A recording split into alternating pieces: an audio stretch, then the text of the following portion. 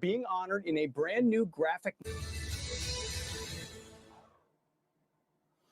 America's real-life heroes are being honored in a brand new graphic novel just in time for National Law Enforcement Day.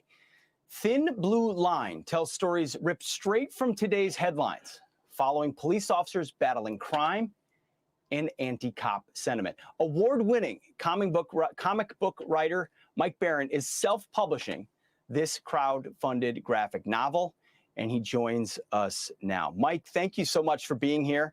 I'll also note that the illustrator of this is a police officer as well, so you're working with law enforcement even in the creating of it, but you're the writer and the brains behind us. Tell us about this graphic novel, Thin Blue Line.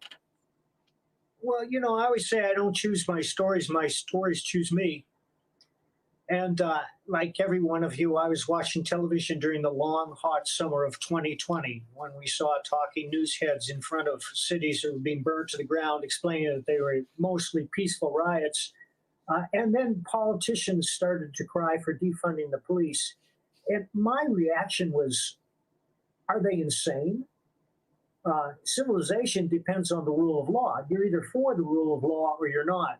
Now, 20 years ago, a story like this wouldn't raise any eyebrows. But today, in today's hyper-politicized environment, it's proven to be quite controversial because there are a lot of people out there who think that they can replace the police with social workers. Well, it's not true. And another reason I wrote the book is I know a number of police officers, and the ones I know are dedicated civic individuals who join the force to make a positive difference in their communities.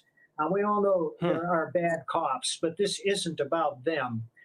The story practically wrote itself. I have to emphasize it's not a lecture. It's not didactic at all. It's pure drama. You're going to love it. It's a great story. It's going to grab you by the throat on the first page, and you won't be able to put it down until you finish it. And we've been delighted with the response so far. If we hit our next stretch goal, we're going to contribute to 3 police charities. One is Adopt a Cop, which will pay for police to take Brazilian Jiu-Jitsu. And the reason is that Brazilian Jiu-Jitsu trains you how to restrain people without harming yourself or others. And the next one would be National Law Enforcement Officers Memorial Fund. And the third would be the National Fallen Officer Foundation, which, of course, helps the families of those who are slain in service.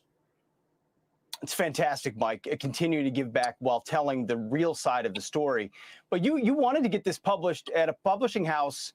They didn't want to hear it, did they? No, we submitted it to every major publisher and a number of others. And the polite ones just gently passed, but the impolite ones, and there's some of the bigger publishers in the industry, their responses were vulgar and nasty, and we weren't surprised. We didn't expect anybody to pick this book up. We know what the comic industry is like. The comic industry is like any other branch of entertainment. You'd split right down the middle. And we did publish a couple of their responses with their names redacted, but we were always planning on publishing it ourselves. Wow.